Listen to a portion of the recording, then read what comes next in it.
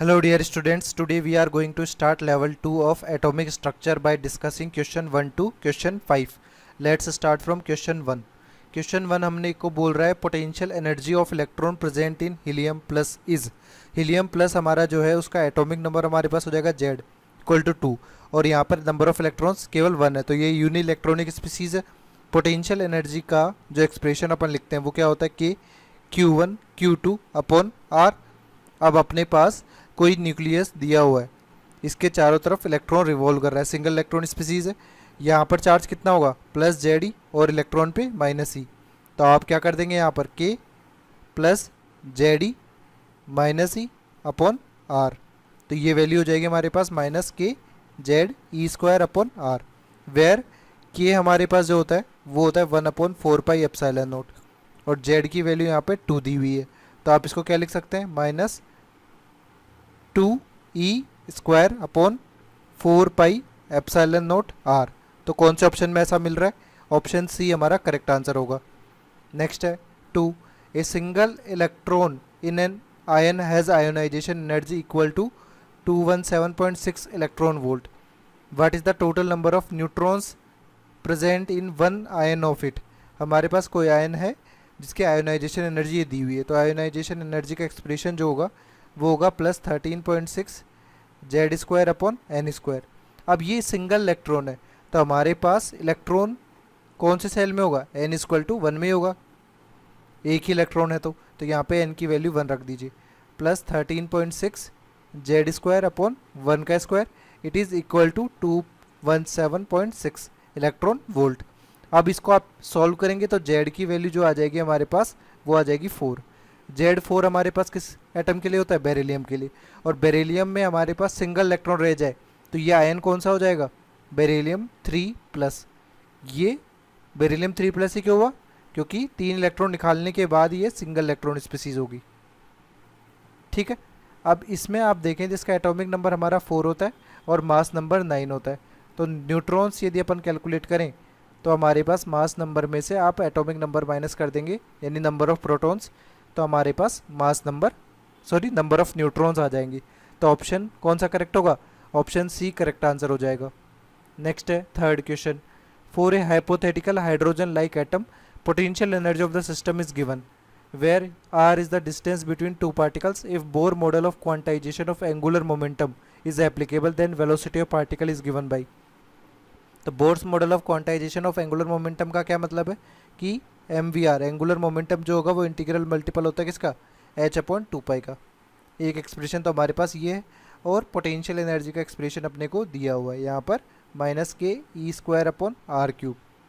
ठीक है, अब अपन यदि देखें कि जो इलेक्ट्रॉन है वो न्यूक्लियस के सराउंडिंग में रिवॉल्व कर रहा है, तो इसके रिवॉल्व करने का रीज़न क्या होता है कि हमारे पास यहाँ पर जो सेंट्रीफ्यूगल फोर्स लग रहा होगा वो इलेक्ट्रोस्टैटिक अट्रैक्शन फोर्स के बराबर का हो जाता है, बैलेंस हो जाता है। तो यहाँ पर अपन सेंट्रीफ्यूगल फोर्स यदि देखें इन टर्म्स ऑफ, यदि पोटेंशियल एनर्जी देखेंगे तो फोर्स हमारे पास क्या हो जाता है माइनस DU/R/dr। इसको आप जब सॉल्व करेंगे तो हमारे पास क्या होगा माइनस D/dr माइनस के ई स्क्वायर अपॉन आर क्यूब। अब डिफ्रेंशिएशन हमारे पास के और ई तो कांस्टेंट वैल्यू है, आर क्यूब का ही करेंगे तो हमारे पास आर की पावर -3 D/dr। इसका डिफ्रेंशिएशन होगा तो क्या हो जाएगा -3 आर की पावर -3 -1, तो ये हो जाएगा -3 की पावर R⁴ डाउन चला जाएगा डिफ्रेंशिएशन करने के बाद। तो हमारे पास जो वैल्यू आएगी निकल के वो आ जाएगी 3 के ई स्क्वायर अपॉन R⁴। और ये जो फोर्स है ये सेंट्रीफ्यूगल फोर्स है। सेंट्रीफ्यूगल फोर्स हमारा जो होता है वो किसके बराबर होता है? mv² अपॉन आर के। तो यहाँ पर इसी इक्वेशन को अपन किसके बराबर कर देंगे? यहाँ पर mv² अपॉन आर के। ये हमारा क्या है? Centrifugal force. ठीक है, इस एक्सप्रेशन से और हमारे पास MVR अपॉन NH/2 इन दोनों इक्वेशन को यूज़ करके अपन वेलोसिटी का कैलकुलेशन करेंगे। तो यहाँ पर अपन रेडियस यदि निकाल लें इस एक्सप्रेशन से तो हमारे पास क्या हो जाएगा NH/2, इसके बाद में हमारे पास m/v। ठीक है, अब इस एक्सप्रेशन में अपन देखें यहाँ पर हमारे पास क्या हो रहा है 3k² यहाँ पर एक r दिया हुआ था, ये कैंसिल होके यहाँ पे r³ कर देगा, तो यहाँ पर हमारे पास आ जाएगा 1/r³ mv²। इसी एक्सप्रेशन को यहाँ पर सॉल्व करते हैं अपन। 3k² 1/r³ दिया हुआ है, r की वैल्यू यहाँ पे दी हुई है, तो यानी इसका रिवर्स करके क्यूब कर देंगे, तो हमारे पास 2 का क्यूब करोगे तो 8 आ जाएगा, 8π³ m³ यहाँ पर v³। इसके बाद हमारे पास क्या हो जाएगा यहाँ पर n³ h³, ठीक है, और इक्वल टू हो जाएगा हमारे किसके बराबर, mv² के बराबर। अब हमने पास क्या दिया हुआ है, यहाँ पर अपने को वेलोसिटी कैलकुलेट करना है, तो ये मास एक्सप्रेशन को भी अपन डाउनवर्ड ले जाएंगे, ठीक है। सो हमारे पास यहाँ पर आप टर्म देखें वेलोसिटी की कहाँ कहाँ पे आ रही है। एक टर्म तो हमारे पास यहाँ पर आ रही है v³ और यहाँ पर आ रही है v², ठीक है, तो इसको कैंसिल कर देंगे, यहाँ से 3 से सिंपल v रह जाएगा, और यहाँ पर m को कैंसिल कर देंगे तो ये m² रह जाएगा। अब अपने को वेलोसिटी चाहिए, तो वेलोसिटी को यहीं रहने देंगे और बाकी टर्म्स को इधर ले जाएंगे, तो हमारे पास ये बच जाएगा n³ h³ अपॉन यहाँ पर 24π³ m² हमारे पास बच जाएगा। उसके बाद में यहाँ पर ke², तो ये हमारा वेलोसिटी एक्सप्रेशन होगा, जो कि यहाँ पर देखें अपन कौन से ऑप्शन में मैच कर रहा है, n³ h³ 24π³ m², ke², यानी ऑप्शन सी हमारा करेक्ट आंसर हो जाएगा, ठीक है। नेक्स्ट है 4th question. A small particle of mass m moves in such A way that potential energy जो दी गई है वो यहाँ पर -12 m/k² दी हुई है, where k is a constant and r is the distance of the particle from origin. Assuming Bohr's model of quantization of angular momentum and circular orbit r is directly proportional to। तो हमारे पास यहाँ पर potential energy का expression दिया हुआ है और काइनेटिक एनर्जी का एक्सप्रेशन भी अपन लिखेंगे, तो इनके बीच में जब डिवाइडेशन करते हैं तो यहाँ पे 3 पॉइंट्स है जो आप ध्यान रखें तो क्वेश्चन सॉल्व इजीली हो जाते हैं, कि हमारे पास kinetic energy upon potential energy, इसको डिवाइड करते हैं तो ये बराबर आता है -12 के। इसी तरह से 2 और टर्म होती हैं, जैसे kinetic energy upon total energy equal to हमारे पास कितना हो जाएगा -1। इसी तरह से potential energy upon total energy equal to हो जाता है 2 के, ठीक है। बट यहाँ पर अपन कौन से एक्सप्रेशन का यूज़ करेंगे, फर्स्ट एक्सप्रेशन का, यानी हमारे पास kinetic energy upon potential energy equal to -12 दिया हुआ है, तो इसको जब आप सॉल्व करेंगे तो ये क्या होगा, -12 potential energy equal to kinetic energy. Potential energy अपने को दिया हुआ है -12 m/k² equal to kinetic energy हमारे पास हो जाती है 12 mv², ठीक है। और यहाँ पर एंगुलर क्वांटाइजेशन का भी लॉजिक है बोर मॉडल के हिसाब से, यानी mvr इक्वल टू nh/2π। इन दोनों एक्सप्रेशन को अपन यूज़ करते हुए r और n के बीच में रिलेशन डेवलप करेंगे। अब अपन क्या करेंगे, यहाँ पर v² के टर्म में अपन देखना चाहें यहाँ पर क्या होगा, यहाँ से v² टर्म यदि अपन करेंगे तो यहाँ पर स्क्वायर कर दीजिए सारे टर्म का, m² v² upon r², n² h² upon 4π², तो यहाँ से v² हमारे पास आ गया n² h² upon 4π² m² r²। अब ये जो v² टर्म है ये अपन यहाँ पे पुट कर दें तो हमारे पास वैल्यू क्या आएगी, तो यहाँ पे हाफ तो हाफ से कैंसिल हो गया, माइनस माइनस प्लस से प्लस बन जाएगा, तो ये वैल्यू हमारे पास आ जाएगी 12 m/k² इक्वल टू, यहाँ पे मास को भी अपन कैंसिल कर देते हैं, ठीक है, तो 12 k² हमारे पास हो गया, इसके बराबर v² आएगा जो कि n² h² upon 4π² m² r² है। अब यहाँ पे आप देखिए r² टर्म यहाँ पर भी है तो ये इधर चला जाएगा और बाकी टर्म इधर आ जाएंगे, तो यहाँ पर आ जाएगा r⁴ और ये वैल्यू हो जाएगी n² h² upon 4π² m² k, और 2 जो है वो इनके साथ चला जाएगा। अब यहाँ पर आप गौर से देखें तो r⁴ जो है वो डायरेक्टली प्रोपोर्शनल है किसके, n² के। दैट मीन्स r की जो वैल्यू होगी तो अपन r की वैल्यू हमारे पास √n के बराबर हो जाएगी।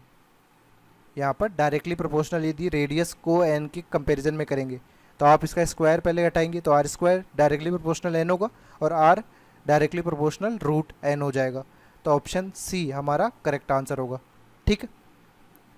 नेक्स्ट है 5th question. A beam of specific kind of particles of velocity 2.1 into 10⁻⁷ metre per second is scattered by gold nuclei. ये 2 गोल्डन न्यूक्लियाई होगा, ठीक है। Find out specific charge of this particle if the distance of closest approach is. That means हमारे पास यहाँ पर gold nuclei है, इस पर प्लस ZE चार्ज होता है, दैट मीन्स ये प्लस 79 E चार्ज है। अब यहाँ से कोई पार्टिकल आ रहा है, ये इस पे इंसिडेंट हुआ, तो ये पर्टिकुलर एक डिस्टेंस जो कि क्लोजेस्ट अप्रोच डिस्टेंस है वहाँ से आकर वापस चला जाएगा। तो इनिशियली हमारे पास क्या होगा, इनिशियली हमारी पोटेंशियल एनर्जी इनफाइनाइट डिस्टेंस पे 0 होगी एट इनफाइनाइट। केवल यहाँ पर काइनेटिक एनर्जी होगी ½ mv²। और यहाँ पर क्या होगा, यहाँ पर हमारे पास थोड़े से टाइम के लिए स्टॉप होगा, जब इस पोजीशन पे पहुँचेगा तो काइनेटिक एनर्जी यहाँ पर हो जाएगी 0। केवल यहाँ पर पोटेंशियल एनर्जी होगी के Q1 Q2 upon R। R यहाँ पे क्लोजेस्ट अप्रोच डिस्टेंस है। तो जब आप इनिशियल पॉइंट और फाइनल पॉइंट पे क्या देखेंगे, टोटल एनर्जी कंजर्व के बेसिस पे, तो total energy 1 equal to total energy at 2। तो हमारे पास potential energy plus kinetic energy यहाँ पर इस तरह से ही Pe2 प्लस Ke2। तो हमारे पास यहाँ पर 0 वैल्यू हो गई, ये आ गए हमारे पास ½ mv²। Pe2 हमारे पास हो गया K Q1 Q2 upon R, और यहाँ पर काइनेटिक एनर्जी 0 हो गई। अब इसमें पार्टिकल का जो चार्ज होगा वो हमारा क्या होगा, Q1। तो यहाँ पर Q1 जो है वो क्या है, चार्ज ऑन पार्टिकल। Q2 हमारे पास क्या है, चार्ज ऑन न्यूक्लियाई, जो कि किसके बराबर होगा, प्लस 79 E के, ठीक है। E अपने पास 1.6 इंटू 10⁻⁻19 कूलम्ब हो जाएगा। M हमारे पास क्या है, मास ऑफ पार्टिकल है, जो हमारे पास पार्टिकल इसके पास आ रहा है, ठीक है। अब अपने को यहाँ पर अपने को क्या पता करना है, स्पेसिफिक चार्ज यानी चार्ज बाई मास पता करना है, यानी Q1/m पता करना है सिंपली। तो इसी एक्सप्रेशन से यदि आप Q1/m इस m एक्सप्रेशन को इधर ले आए तो हमारे पास क्या एक्सप्रेशन हो जाएगा, इसका कैलकुलेट करोगे आप, तो ये जो है r इधर चला जाएगा, r v², इसके बाद हमारे पास 2k, इसमें क्या हो जाएगा यहाँ पर Q2। अब ये जो k है ये स्मॉल नहीं कैपिटल है। अब इनकी वैल्यूज़ अपन देखें कि वैल्यूज़ हमारे पास क्या है, Q1/m तो अपने को कैलकुलेट करना है, रेडियस की वैल्यू हमारे पास दी हुई है क्या, कुछ कैलकुलेट करने पे क्लोजेस्ट डिस्टेंस ऑफ अप्रोच ये दी हुई है। तो r की वैल्यू अपने पास पुट कर देंगे अपन 2.5 इंटू 10⁻⁻14। वेलोसिटी अपने को दी हुई है 2.1 इंटू 10⁻7, यहाँ पर 2.1 इंटू 10⁻7 मीटर पर सेकेंड, तो यहाँ पे स्क्वायर हो गया। इसके बाद में अपने पास 2, यहाँ पर k कांस्टेंट है जिसकी वैल्यू होती है 9 इंटू 10⁻9। Q2 हमारे पास जो है वो 79 E के बराबर है, तो यहाँ पे 79 इंटू 1.6 इंटू 10⁻⁻19 कूलम्ब। तो सारी की सारी वैल्यूज़ दी हुई हैं, तो Q1/m अपन कैलकुलेट कर लेंगे। तो चार्ज बाई मास रेशियो दिया हुआ है, तो इसको एक्सप्रेशन को जब आप सॉल्व करेंगे तो ये वैल्यू आएगी 4.84 इंटू 10⁻7 कूलम्ब पर किलोग्राम, कूलम्ब पर किलोग्राम। तो हमारा कौन सा ऑप्शन यहाँ पर करेक्ट आंसर होगा, ऑप्शन ए हमारा करेक्ट आंसर हो जाएगा, ठीक है।